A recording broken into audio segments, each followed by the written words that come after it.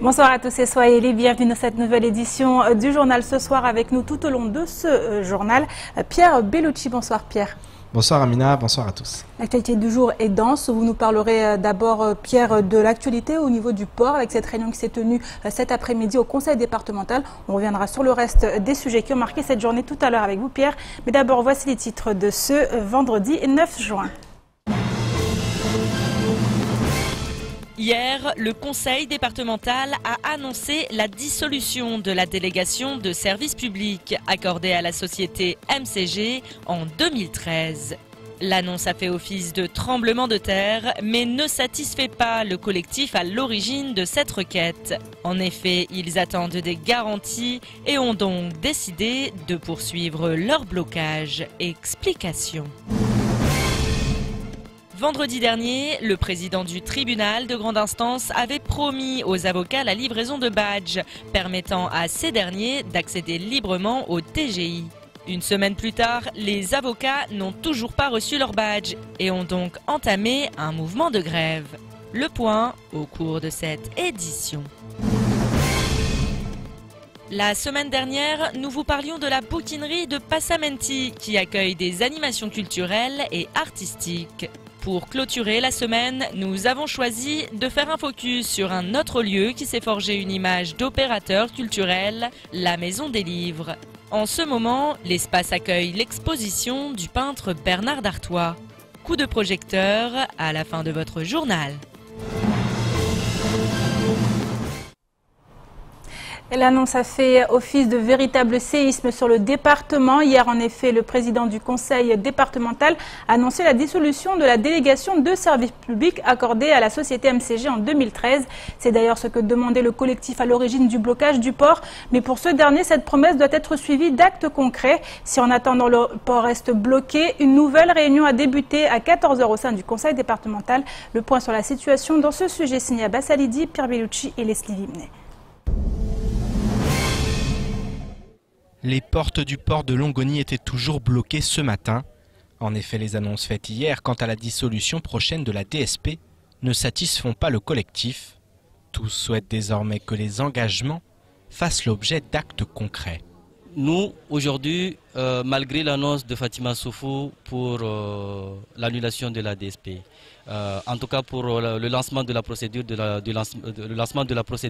déchéance de la DSP, nous, on n'y croit plus. Parce que ce n'est pas la première fois qu'on nous a annoncé cette procédure. Nous, aujourd'hui, nous souhaitons avoir un peu plus de garanties, des éléments nous garantissant que réellement la procédure a été lancée. Réellement, on y arrivera à cette déchéance de DSP. Nous, on demande un calendrier, des dates, une délibération.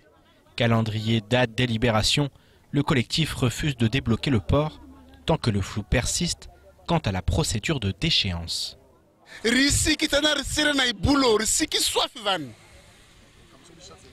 Navani simwambia komanda de port avingi swafu wantu wa madamnele amba aswatia na gendarme baki singali ya umrenge be mrenge ya kojofaindo be simoza makomanda port avani wanunulwa na madamneli provocation aisa la wanda shtaki. Les membres du collectif ne croient plus aux promesses et refusent que la société MCG continue à travailler en attendant que la procédure arrive à terme.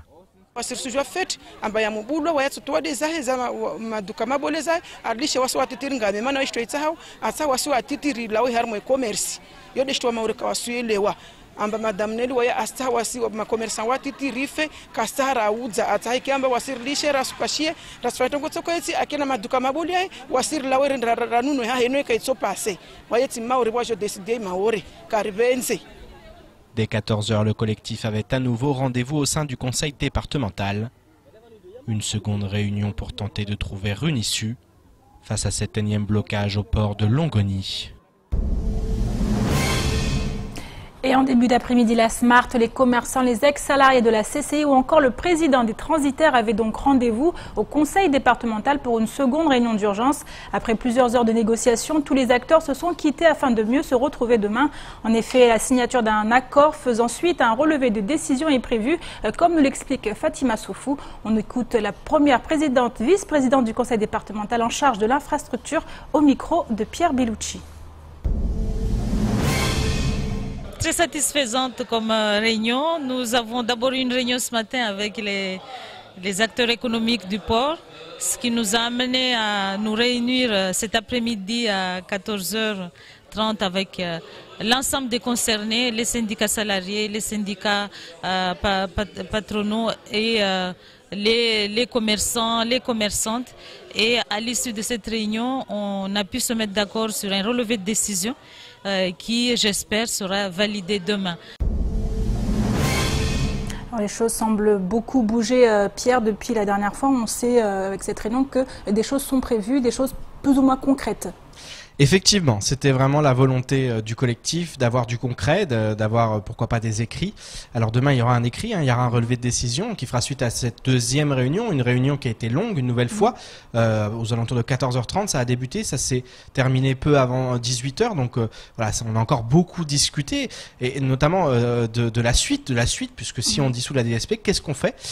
Donc quoi qu'il en soit, le collectif a décidé de ne pas lever le blocage, en tout cas jusqu'à demain matin, puisque Fatima Soufou a réclamé la levée immédiate en disant mais on semble tous d'accord. Ils ont dit non, on veut voir ce qu'il y a véritablement dans ce relevé. Est-ce que vous allez respecter ce que vous avez dit aujourd'hui sur le papier? Donc ça va être le premier point, le point très important. Ensuite, en fonction de ce relevé, ça sera présenté à la base et c'est la base qui décidera si oui ou non le blocage sera levé. Mais je pense que ce qui est surtout très important, c'est la suite. Et la suite, c'est quoi? Qu'est-ce qui a été décidé? On ne sait pas exactement ce qu'il y a encore dans le relevé, hein. Elle n'a pas voulu en parler d'ailleurs, Fatima Soufou, mais bon, on a déjà pu entendre, j'ai pu aussi me renseigner par rapport à ce qui va se passer. Et ce qui est prévu dans un premier temps, c'est une mise en demeure d'Idanel et de la société MCG pour non-respect de la délégation de service public. Voilà, donc c'est une sanction qui fait suite à un non-respect selon voilà, toutes les personnes qui étaient là.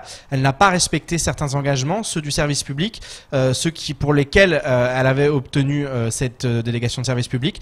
Donc ça, c'est la première sanction, j'allais dire, et ça va être suivi de quelque chose de très très important, puisque cette mise en demeure, elle va durer 1 mois, et suite à la mise en demeure, il va y avoir ce que l'on appelle une régie provisoire. Cette régie provisoire, ça fait office plus ou moins de mise sous tutelle de la part du département. Donc le département va nommer une équipe qui va prendre la tête du port de Longoni à la place d'Idanel et de la société MCG. Donc c'est quand même un tremblement de terre, c'est un séisme. Véritablement, la procédure semble lancée.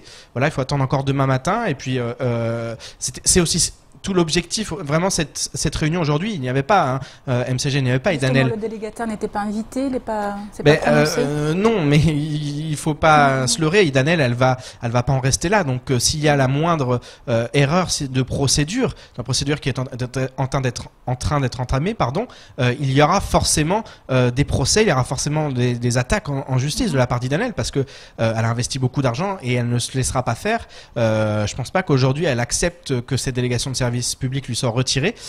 Donc voilà, donc on en est là aujourd'hui.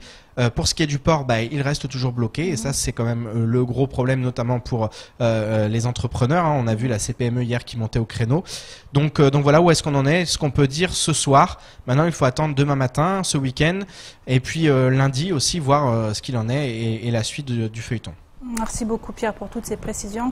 On attend, comme vous dites, de voir ce qu'il en sera d'ici lundi. Et après 5 semaines de grève, hier, le directeur régional de la société Colas a décidé de sortir de son silence. À travers un communiqué, Boris Duverger revient sur les tensions de plus en plus vives au sein de la société. Il explique par ailleurs que la direction est favorable au retour des négociations, à condition que les salariés grévistes cessent de bloquer les sites. Des propos qui n'ont pas été du goût des salariés qui refusent de faire quelques concessions que ce soit. Le point sur la situation dans ce sujet signé à Bassalidi, Pierre Bellucci et Leslie Vimnet. Depuis hier, les salariés grévistes de la Colas ont décidé de durcir encore leur mouvement. Désormais, la carrière située à Kunku est bloquée jusqu'à nouvel ordre.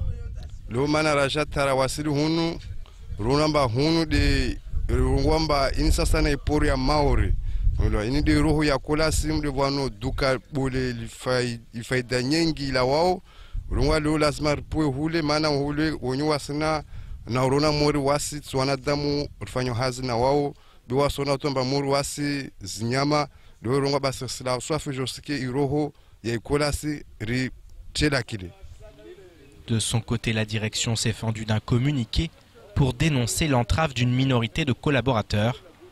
Une minorité qui apparaît néanmoins déterminée et prête à tout pour obtenir gain de cause. Vani susungwa dezi haki zangu mana wakati do kambane nangi abani hamshara udhuifu ndio kambane hauju atamu so maneno yende taipasa mbane usone mundu mudurudi wao yo ajadi do kambane yandenga harma ikola sini banu ataisuru kambane ikola sio kashinda mbata umwaporeho hasibabu ya jadi yo ata un jour d'arrêt ya maladi sabolo yo ça fait nsona bane haki zangu zidhulumiha yani baikia ndo muhiima nizungue na wao ndo kambane wajao meso imeso inshallah. Dans son communiqué, la direction dénonce des violences qui l'ont poussé à ne pas assister à la réunion du 6 juin convoquée par le préfet. Boris Duverger explique vouloir poursuivre les discussions dans le calme et à condition que les barrages soient levés. Une levée des barrages que les grévistes refusent en bloc. Lors silindamba de direction yatu ije la gwena wasi matarajo yatu rambe nyengu wakati taini someni ya tano leo de rakia kweze femu artangazi ya baramba mfumararu wasawa mahadisi berboes baraji na waskartubo baraji pendikara hadisi rapara tungorisa hao yesu tungo mkiri mana yo rongwa amba warfuduli hanguvu leo karsina minifunao paka mahadisi ya vile tabuni ya komi onto wakubaliani avu baraji zo solawa. Après 5 semaines de grève, le statu quo demeure du côté de la colasse et la réunion prévue lundi semble pour l'heure très compromise. Les grèves toujours avec cette fois celle des avocats. Malgré l'ultimatum lancé la semaine dernière et qui courait jusqu'à ce vendredi, les avocats ont constaté ce matin que leurs revendications n'avaient pas été satisfaites. Le président du tribunal de grande instance leur avait pourtant promis que des badges d'accès individuels leur seraient attribués. La réponse des avocats ne s'est pas fait attendre puisque toutes les audiences pénales ont été reportées. Les explications avec Soni Chamsidine et Abbas Alidi. Ils l'ont annoncé, ils l'ont mis en exécution. Depuis ce vendredi, les avocats sont en grève. Un mouvement de contestation suite à l'absence de livraison des badges d'accès dans l'enceinte du tribunal. Engagement pourtant écrit des chefs des juridictions. La remise a été promise il y a une semaine. Et c'était une date qui a été fixée, une date butoir. On nous a dit que ce sera le 9 juin au plus tard. Donc aujourd'hui, on n'a pas de badge et ce qui va se passer, c'est qu'on va arrêter d'assister les parties devant les juridictions pénales et en particulier devant la cour d'assises. Ça fait des mois que ça dure. Notre revendication avait été claire et nous avions eu donc une promesse qui avait été actée par donc, les chefs de juridiction, mais à ce jour, nous n'avons toujours pas de badge. Voilà, d'où l'objet de notre grève. Et les conséquences sont sans appel. Dès ce vendredi, toutes les comparutions immédiates et la session d'assises du mois ont été renvoyées à une date ultérieure. Des perturbations menées à contre-cœur, mais assumées. C'est regrettable, sachant qu'effectivement il y a des justiciables qui attendent depuis plusieurs années en prison et qui souhaitent être jugés et être fixés sur leur sort très rapidement. Donc il n'est pas dans l'intention des avocats de perturber le fonctionnement du tribunal. Il n'est pas non plus dans leur intérêt en tant que tel de faire en sorte que les justiciables restent en prison, mais à un moment il faut qu'on nous entende. Contacté mais sans succès, le président du tribunal de grande instance se justifie tout de même. Laurent Sabatier explique au journal de Mayotte que les badges seraient bloqués à l'aéroport de Roissy sans connaître la raison. Il appelle aujourd'hui les avocats à comprendre le problème de délai. Pas certain que le message soit entendu. Alors Pierre, un communiqué nous est parvenu du président du tribunal cet après-midi qui justement explique la situation. Pierre, qu'en est-il très exactement? Oui, ça fait écho à ce que disaient nos confrères du journal de Mayotte, qu'effectivement donc ces badges ont été commandés de façon express. Ils devaient arriver aujourd'hui, ça n'a pas été le cas, et ils ont été bloqués. Alors on n'en sait pas plus exactement sur la teneur du blocage. En tout cas, ce qu'il y a de sûr, c'est qu'ils ne sont pas là.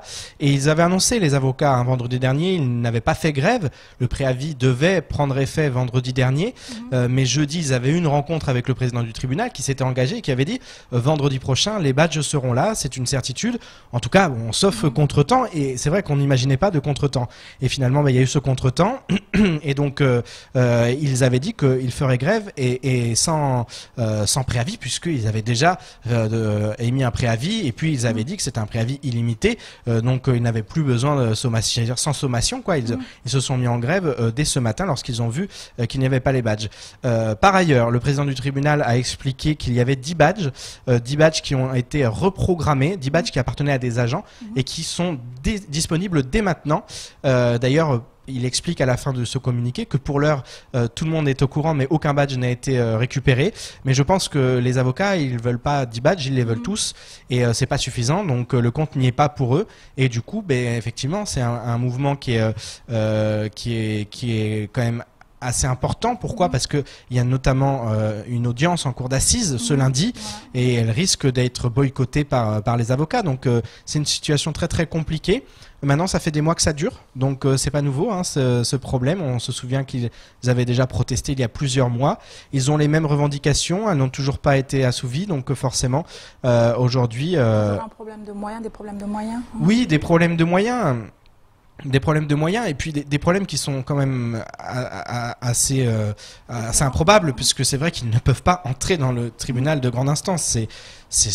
On s'étonne beaucoup quand même de ce genre de situation. C'est vrai que certains diront il n'y a qu'à Mayotte où on voit ça, on ne peut pas entrer. Alors c'est pas qu'à Mayotte qu'on voit ça. Pourquoi? Parce que souvent en fait ici c'est vrai qu'ils font énormément de pénal, et c'est un peu différent d'ailleurs. Donc mais en tout cas le fait est qu'aujourd'hui ils doivent assister, ils doivent plaider régulièrement au sein notamment du tribunal de grande instance, et ils ne peuvent pas y accéder librement. Donc ça porte entrave effectivement à l'exercice de leurs fonctions, et puis aussi ça compromet les chances de leurs clients. Donc voilà, c'est une situation très compliquée. Aujourd'hui, ils ont décidé de faire grève. On va voir ce qu'il en est. Est-ce que dans le week-end, ces badges vont arriver? On ne sait pas. En tout cas, on va suivre de près, mais ils sont remontés, les avocats. Merci beaucoup Pierre pour toutes ces explications. Et du sport à présent avec la 3e édition de la fête du tennis organisée ce week-end au Coropa. Ainsi, dès demain, petits et grands pourront s'initier gratuitement à la raquette et à la balle jaune à travers plusieurs activités. Un événement organisé en partenariat avec la Fédération française de tennis. Objectif, promouvoir une discipline qui compte plus de 300 licenciés sur le territoire. On écoute Ludovic Saïd, directeur du tennis club de Coropa, au micro de Sony Chamsidine. L'objectif, c'est de permettre à tous de s'ouvrir les portes des clubs pour pouvoir permettre aux gens qui hésitent, qui ont envie d'aller jouer mais qui se disent demain, là c'est l'occasion de venir avec amis, avec famille, pour pouvoir découvrir le lieu et puis se familiariser un peu avec ce sport pour pouvoir après s'inscrire et jouer plus tranquillement. Il y a aussi possibilité de venir regarder la finale femmes, donc c'est associé à Roland Garros. Dans un esprit un peu vraiment convivial, il y aura à manger, il y aura à boire, et puis ça permet à tous de venir dans un club de tennis et voir comment ça se passe pour pouvoir après passer le pas, quoi. Je vous propose à présent de faire un petit tour d'horizon du reste de l'actualité de ce vendredi 9 juin. C'est tout de suite dans l'actualité en bref. La réforme du Code du travail prévue par le nouveau président Emmanuel Macron fait beaucoup réagir. À ce titre, et avant même que cette dernière ne soit totalement dévoilée, certains prévoient déjà de protester contre son application. C'est le cas du syndicat Sud Éducation Mayotte, qui appelle tous les syndicats à faire front contre ce qu'il considère comme une régression sociale. Le syndicat affirme que si le président a les mains libres pour légiférer par ordonnance, il ira jusqu'au bout de la destruction de tout l'édifice social construit par les luttes et la solidarité. Sud Éducation poursuit, je cite, « Même à Mayotte, syndicalistes et associations, jeunes et précaires, toutes et tous ont pris la décision de passer outre l'inertie, la division, le sectarisme.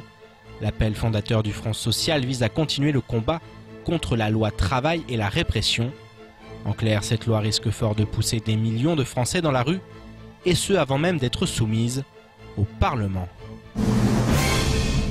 Le projet d'un label pôle d'excellence rurale à Mayotte date de 2005. 12 ans plus tard, les choses se concrétisent enfin, puisque la pose de la première pierre a eu lieu hier dans la commune de Ouangani. Les travaux vont donc pouvoir débuter et sont estimés à 4,6 millions d'euros.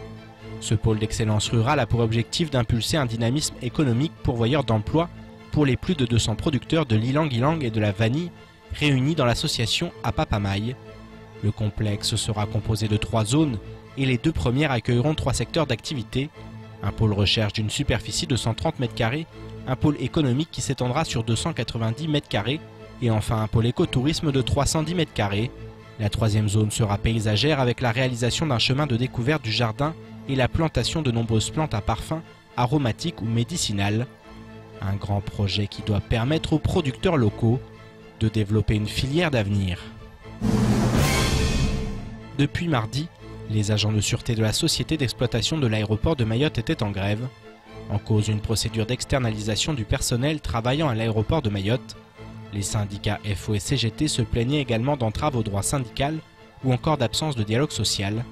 Ils réclamaient par ailleurs la reconnaissance de l'expérience acquise dans l'intégration à la grille de la Convention collective nationale des entreprises de sûreté, la conservation sans condition du mandat des délégués du personnel pendant 1 an après le transfert, ou encore le remplacement du responsable sûreté qui aurait causé la dégradation des relations sociales dans l'entreprise. Hier, après une réunion à la DIECT, syndicats et direction ont néanmoins pu trouver un terrain d'entente. Le travail a repris ce jour, tandis que des négociations sont prévues dans les prochaines semaines, en ce qui concerne notamment le transfert des agents. Et autre sujet, Pierre, on est en pleine campagne, en tout cas fin de campagne pour les législatives, notamment pour le premier tour, un premier tour qui se tiendra ce dimanche 11 juin. Alors qu'en est-il? Quelle est l'ambiance actuellement? Oui, effectivement, on arrive à la fin de ces campagnes, puisqu'il y a eu l'élection présidentielle, bien entendu, maintenant les élections législatives, donc il fallait faire un petit bilan quand même. Ça a été une campagne un peu particulière. Alors au niveau national, encore une fois, elle a été un peu marquée par les affaires, notamment l'affaire Ferrand, on en a énormément parlé. Elle a pris un peu le relais de l'affaire Fillon. On a plus parlé que de ça, j'allais dire, que des programmes des uns et des autres. On a aussi beaucoup parlé de cette majorité qui semble, selon les premiers sondages, être une majorité absolue, trop grande même selon certains, parce qu'effectivement, on le voit, il y a déjà des protestations concernant le futur code du travail. Alors, des protestations, est-ce qu'elles sont légitimes? On ne sait pas, puisqu'on ne sait pas vraiment en quoi consiste cette future loi. On n'en a pas tous les contours. On a les contours plutôt, mais on n'a pas l'essentiel de la loi, donc on ne sait pas. Et puis aussi, on peut se dire qu'en fonction des réactions, le gouvernement actuel et le futur, si toutefois majorité il y a, se réserve aussi la possibilité de faire des modifications en fonction. Mais en tout cas, il apparaît évident qu'aujourd'hui, il y a une vraie fronde déjà par rapport à cette loi et que ces élections législatives, elles sont dans un contexte un peu particulier. Alors, pour le cas de Mayotte, alors effectivement, nous sommes en plein mois sacré de Ramadan, donc il y a quand même eu beaucoup de meetings, il y a quand même, mais c'est une campagne un peu différente des autres. En tout cas, il y a beaucoup... selon vous? Moins agressive, oui. Il y a eu, disons qu'il y a quand même eu des échanges assez vifs entre les candidats. Maintenant, c'est vrai qu'on a des candidats, ils sont énormément déjà, donc ça porte vraiment, ça met le flou, donc on a un peu du mal à s'y retrouver. Et puis ensuite, ils sont à la fois énormément, mais ils sont presque tous des candidats qui vont entrer dans la majorité. Donc ça aussi, ça jette encore un peu plus le flou parce que finalement ils auraient pu tous être sous la bannière En Marche, en tout cas une très grande majorité. Ensuite effectivement il y a des candidats qui sont très connus, il y en a d'autres qui le sont beaucoup moins en politique. À Mayotte on n'a pas de sondage, donc il est difficile un peu d'y voir clair, on ne sait pas trop ce qu'il va en être. Bien malin celui qui pourra dire qui sera au second tour de cette élection législative, de ces élections législatives, en tout cas pour ce qui est de Mayotte.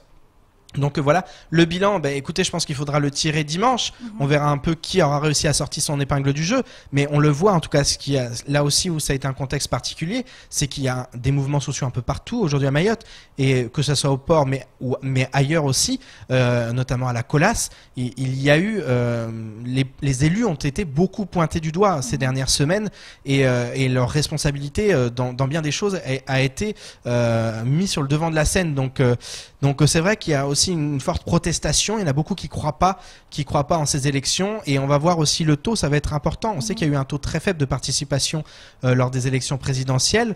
On va voir ce qu'il en est lors des législatives. C'est une élection locale, donc ça devrait être ça devrait être mieux au niveau de la participation. Mais il faut quand même prendre en considération le fait que beaucoup aujourd'hui ne croient pas dans les élus, ne croient plus dans la politique. Il y avoir des surprises alors ce dimanche. Et effectivement, on pourrait avoir des surprises. Donc pour l'instant, il faut rester prudent. On ne sait pas. On peut pas citer de nom. Hein. Certains parlent de favoris. Je pense qu'il faut attendre vraiment dimanche et verra quels sont les 4 prétendants pour le second tour qui sortiront du chapeau. En tout cas, voilà, on va terminer une phase électorale importante. Ensuite, il restera les sénatoriales, mais c'est quand même différent puisque c'est pas du suffrage direct, donc la population n'est pas amenée à s'exprimer.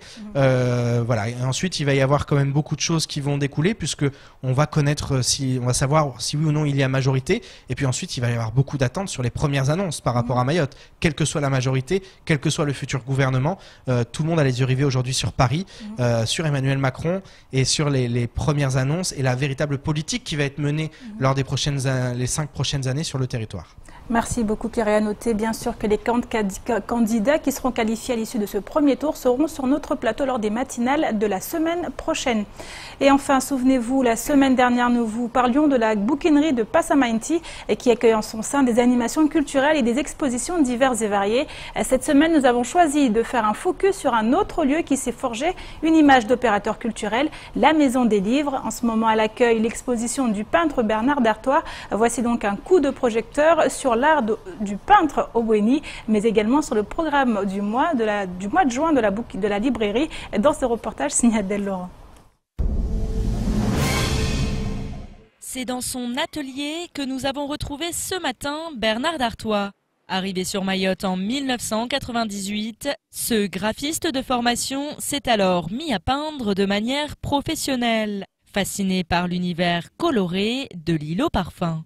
Scène de vie, portrait, le fil conducteur de son travail reste la représentation de l'Abweni, immortalisé sur toile d'une manière particulière. La grosse question qu'on me pose toujours, c'est pourquoi je l'ai fait de dos. Simplement parce que le mouvement est beaucoup plus perceptible de dos que de face. Actuellement, les salouvas sont très graphiques. C'est beaucoup plus harmonieux et en général les boignies sont très harmonieuses dans leur habillement. Il y a un déclic quand on les voit, quoi. Moi j'ai toujours été très touché par cet habillement et ces couleurs vives et ce mouvement qu'on voit de dos, ce déhanchement. Et l'artiste ne reste pas figé dans son art, le laissant évoluer au gré de ses envies. Même si mouvement et couleur restent les 2 mots qui définissent le mieux sa peinture. Ces tableaux-là, c'est mon évolution, disons, de peintre, où je travaille avec la matière en fond et en transparence par la représentation. Ici, par exemple, dans ce tableau, il y a différents produits qui sont utilisés. Il y a peinture acrylique, il peut y avoir de la colle, il peut y avoir du vernis. Tout ce qui peut être utilisé en peinture, on l'utilise. C'est ça qui crée aussi, par exemple, le mouvement dans ce tableau ou le dynamisme qu'on peut voir. Ça prend un certain temps parce qu'il faut que le fond soit harmonieux, il faut qu'on soit content de ce qu'on a fait, quoi. Et après, ça peut prendre, on peut laisser le tableau 2 mois en attente, et puis avoir un moment ou un déclic où on se dit ben voilà, on va utiliser ça pour finir le tableau. Pour les intéressés, l'atelier de Bernard Dartois, situé rue du Commerce en face de l'hôtel Maharaja, est ouvert au public. L'artiste expose également au marché de Coconi et le dernier samedi du mois au comité du tourisme lors du rendez-vous mensuel des artisans. En effet, les espaces d'exposition sont rares sur l'île. C'est d'ailleurs pourquoi Bernard Dartois expose à la Maison des Livres jusqu'à demain. Animation, séances dédicaces, ateliers jeunesse ou encore exposition picturale, Bien plus qu'une simple librairie, ce lieu est devenu au fil des années un réel opérateur culturel sur l'île. C'est un plaisir de mettre en avant les artistes locaux et donc on le fait bien volontiers. Et donc actuellement on a une exposition qui se termine et on enchaîne dès la semaine prochaine avec une nouvelle exposition de peinture de Gwenaël Manduy, donc qui peint le lagon, qui peint voilà, une inspiration du lagon. Le samedi 17 juin sera l'occasion à la Maison des Livres d'une remise de prix. Matisse organise un concours sur le développement durable et la remise des prix aura lieu à la librairie. Et on finit le mois le 24 juin avec une chouette rencontre avec un illustrateur de livres jeunesse qui s'appelle Mathieu Maudet et qui va animer un atelier d'illustration. Donc ce sera pour les enfants à partir de 5 ans. Des rendez-vous culturels à ne pas manquer. Et c'est la fin de cette édition. Merci à vous de l'avoir suivi. Une édition rediffusée sur OAM5, également disponible en replay sur notre site l'infocoesie.fr, sur YouTube et sur notre page Facebook. Je vous souhaite une excellente fin de semaine à vous et vous donne rendez-vous lundi. En attendant, n'oubliez pas d'aller voter ce dimanche. Bonne soirée à vous.